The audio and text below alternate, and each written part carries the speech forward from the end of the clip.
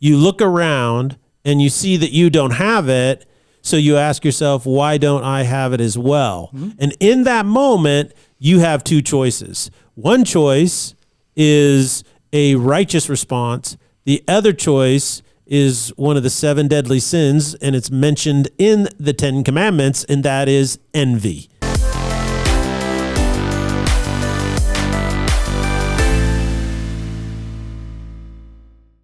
Hello and welcome to the Salty Pastor. Today, on this wonderful Thursday, we are here with the Salty Pastor himself, Dr. Douglas Peake, to talk about James, to talk about life, to talk about how to think and how we can get better at it. And today is the day where we like to kind of dive into application. On Tuesday, we talked a lot about the passage, James chapter 4 in detail. And today, we're going to be talking about some real-world application and how it works out. Well, I'm glad to be here, and I'm so glad my son is with me today. He's just a fine young man, and we've been studying the book of James because we're challenging everybody to develop a personal spiritual growth plan for their life.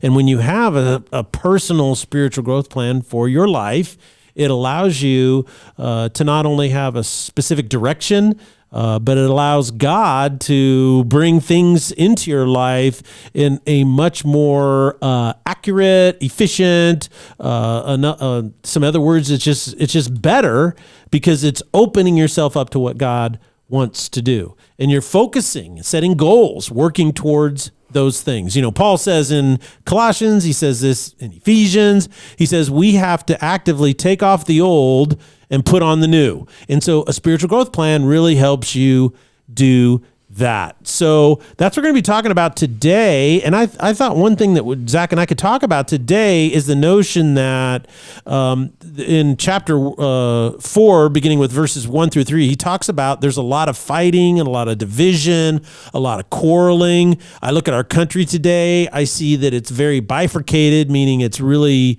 polemic. It's polling to two separate sides. There's not much grace or middle ground anymore. You know, everybody is at each other's throats, it seems, politically, and it's infected everything, even our sporting events now, and across the board.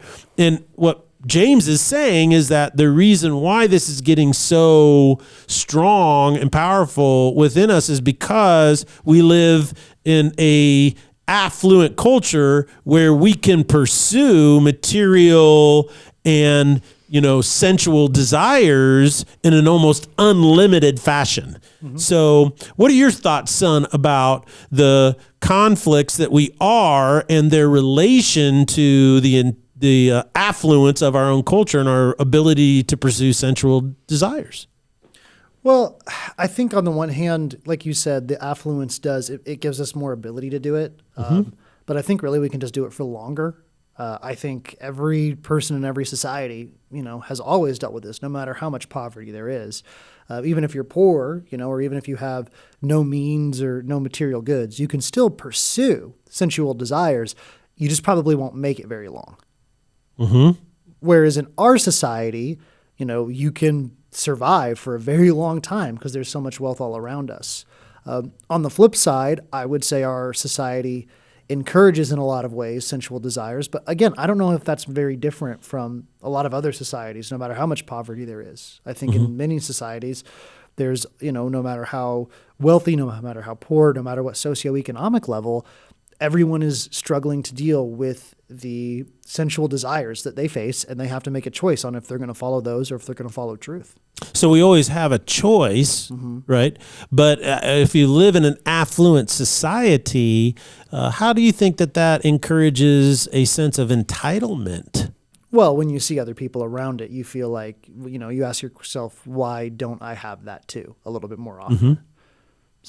So, well, and I think that's what's really important, because then once you start asking yourself, because I think what you said there is critical, you look around and you see that you don't have it, so you ask yourself, why don't I have it as well? Mm-hmm. And in that moment, you have two choices. One choice is a righteous response. The other choice is one of the 7 deadly sins, and it's mentioned in the 10 Commandments, and that is envy. Mm-hmm. Right? So what would be a righteous response to the question, wow, I see everybody has this stuff and I don't, what do you think a righteous response would be? Well, I think a righteous response takes two things into account. It takes into account reality and Okay. it takes into account God. So sometimes the reason you don't have something is because you've made bad choices. Okay. And so maybe that's why. Maybe you've made poor choices. Maybe you've done something that was either not following God or it was just not a good decision in general. And so you do not have that.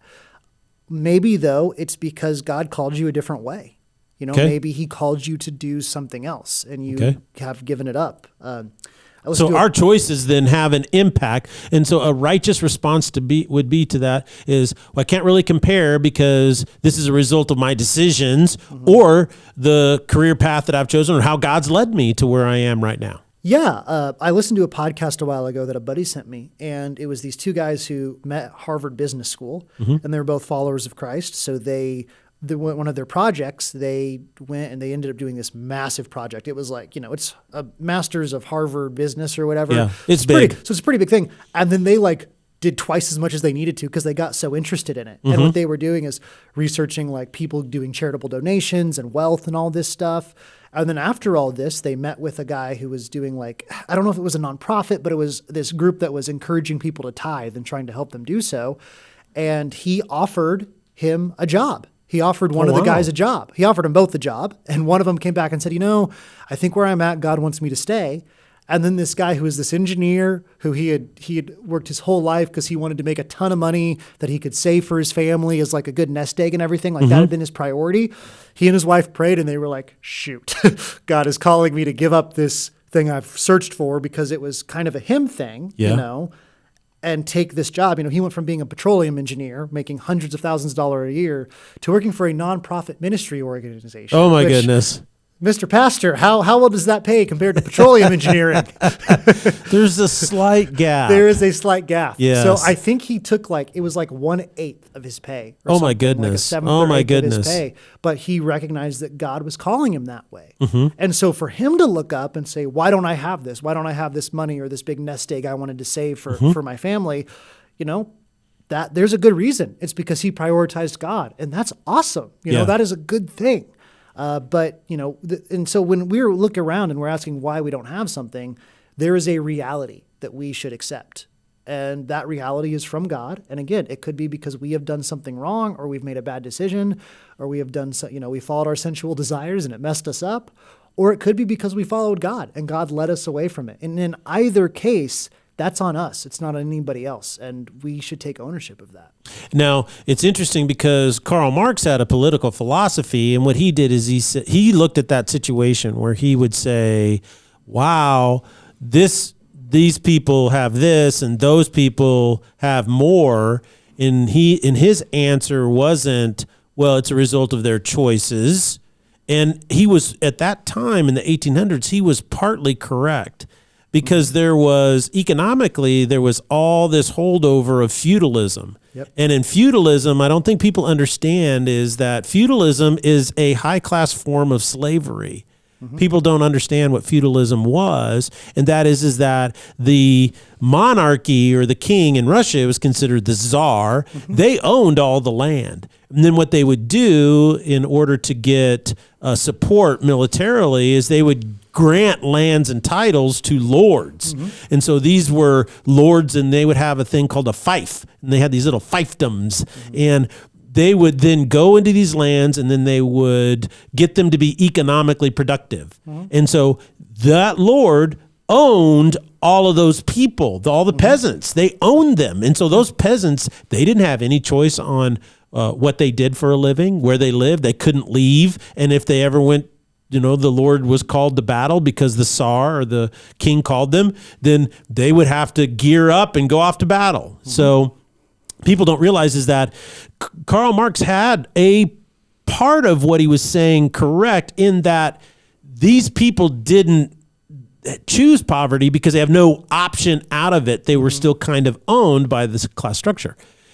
But then he made a huge mistake because he then swung the pendulum to the other side and said, that's because that nobody has a fairness You see, and so fairness, when you try to impose fairness on a group of people, that means that you are trying to work with envy. You're saying it's not right that this person has more than that person.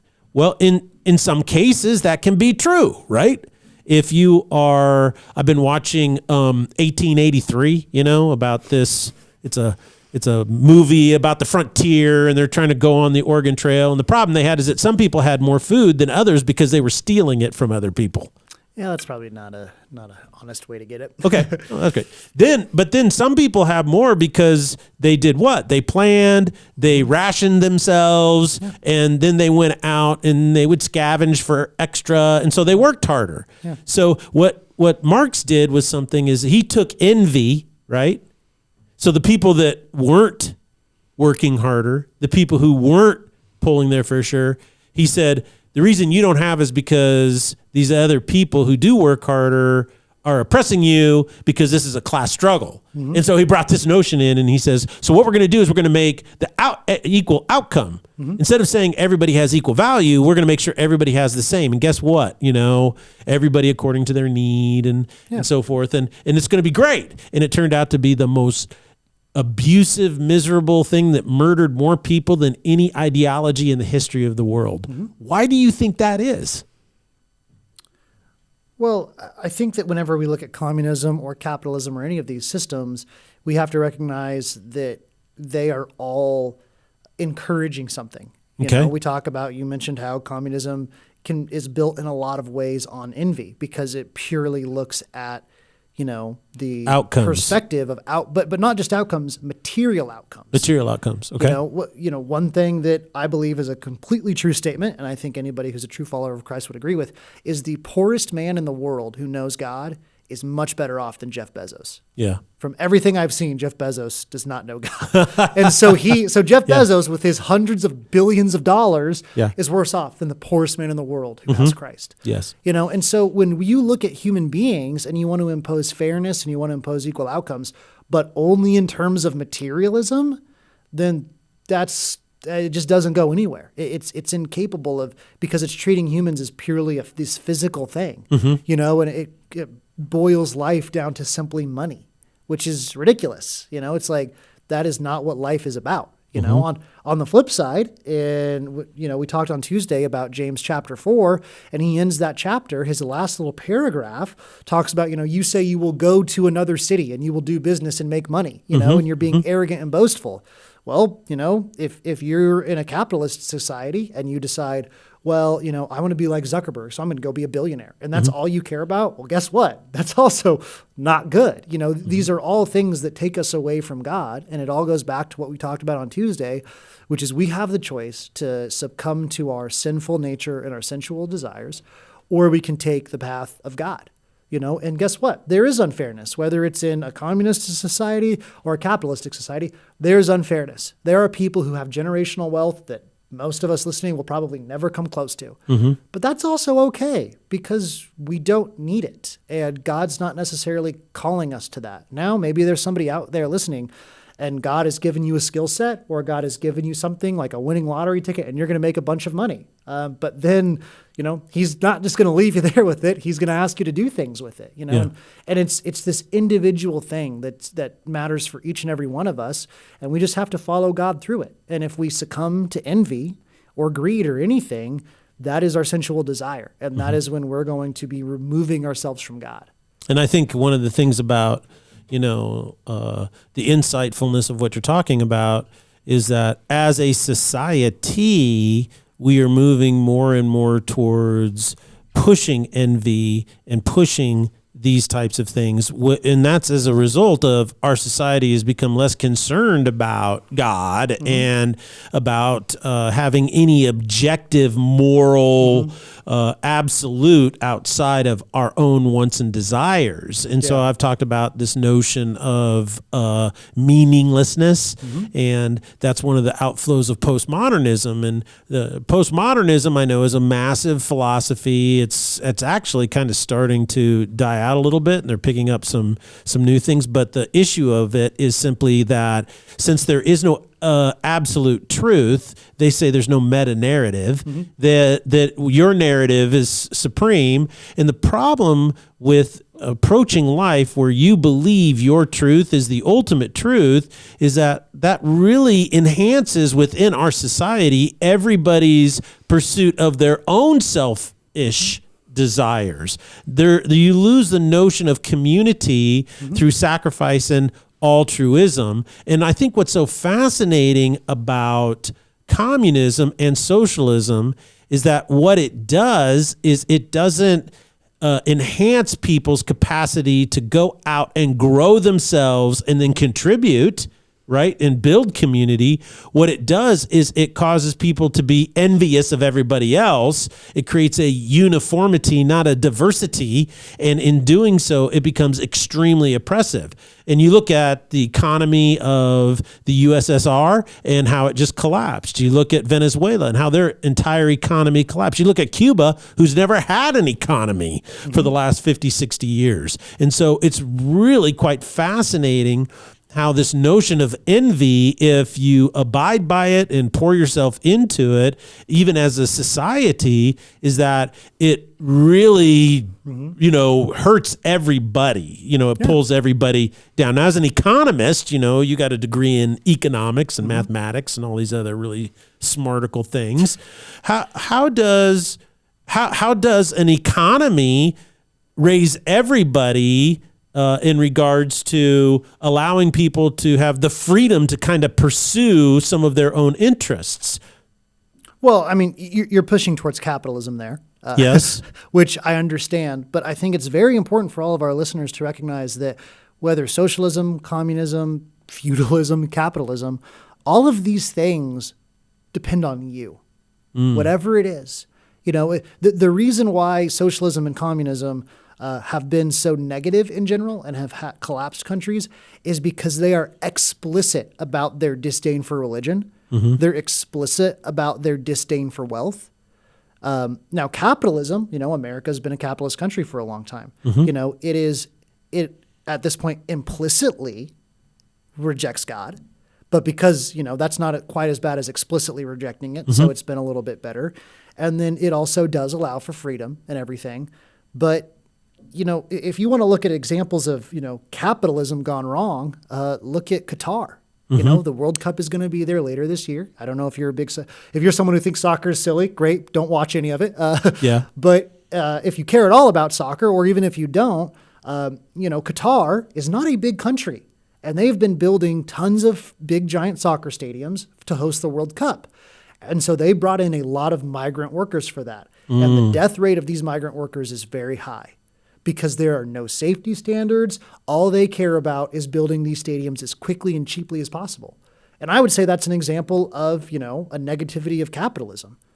Thomas Jefferson said that the Constitution was written for a moral people. And we have to recognize that, yes, socialism and communism, I would say, have an especially negative side, where Karl Marx called religion the opiate of the masses and believed that everyone should be an atheist. So yeah, I think that's worse than capitalism. But it's important to remember that even within capitalism, we have examples of, slavery was capitalism in a way. They just decided to own people and treat people as, a tool. And all of these things were wrong and evil and terrible, that slavery led to the Civil War. And as you pointed out, socialism and communism led to a lot of people being killed and then economies collapsing. These are all negative things, and all of them go back to, are you following your sensual desire, or are you following your soul's desire? Because if you're following your sensual desire, well, in capitalism, you're going to be greedy. In socialism, you're going to be lazy and want other people to do your work for you and be entitled. No matter what it is. And, you can go back and look at economic systems of the past, and point out how they show different sins and they show different sensual desires. Or what you can do is you can choose to follow God and prioritize Him, and recognize that, yes, some systems are better than others, and capitalism, I would say, is certainly better than socialism and communism. But also, the best system is the one where you follow God. However you get there, no matter what it takes, just like the poorest man in the world that knows Jesus is better off than the richest man who doesn't. Also, somebody who knows Jesus in a socialistic country or a communistic country is much better off than someone who doesn't in a capitalistic country. Yeah, and I think that that's really important to understand, and is that this is why a church community is such an upstream type of entity, and that is that what we have to remember is that systems are downstream, and systems can be used in all kinds of nefarious ways. And so the key is you want to adopt the one that can be manipulated the least. Right. And I think if you listen to Milton Friedman and some of his stuff, as he says, look, it doesn't matter if a person is driven by radical self-interest or altruistic serving his community under a free market economy, that person can get the same result for the benefit of the community.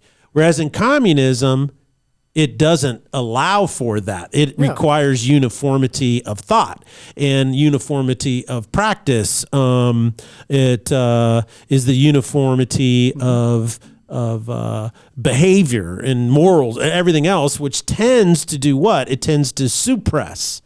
And so I think that's really quite fascinating. But any ism, whether it's socialism, communism, free market capitalism, whatever you want to talk about from an economic standpoint or a societal governance standpoint, is that without an upstream entity that's saying these are the most important things in life, the quality of who you are as a human being, do you know God, where your ethics come from, what are ethics, where do your morals come from, is there an objective morality, what is the definition of what it means to be a human being? Without any of those things, what ends up happening is that we can get downstream and get radically lost. Yes. And so I think that that's one of the biggest things about what James is teaching in chapter 4 is he says, basically, we need to not be so full of ourselves, so arrogant. We need to, he says over and over again, we need to be humble. Yes. And I think humbleness is a simple decision sometimes. It just simply says there is an objective truth outside of me. And I can't make it up.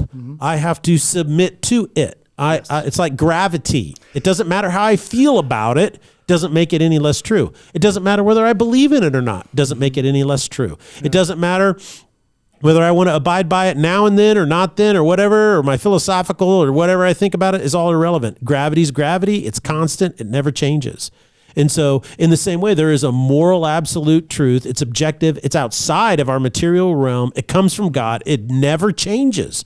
And because of that, we should submit to it. And in that process, we discover true freedom. It's when we try to deny that it exists that we create all kinds of divisions and hatred, and all of these isms get so radically off track and are so damaging. So how was that? Pretty good. You jump on that with me? Yeah.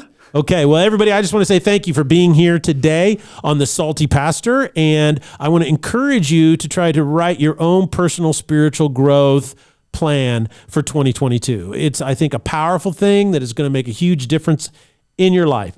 There's a special assessment tool or design tool that can help you write your own plan. You can find it on our website, so please go there on the front page. If you've got to scroll down just a touch, you click on it, it'll take you right there, and it has all the steps. There should be 4 steps about now, and at the end of this, there should be a total of 5 steps. At the end of this, we're going to bundle it together, and we're going to make it available in digital copies, and you can even order a paper copy or a hard copy if you would like. And I think that this would help you in your own journey of faith, because here at The Salty Pastor, our goal isn't to tell you what to think, but it is to help you think for yourself. It's your faith, so grow it.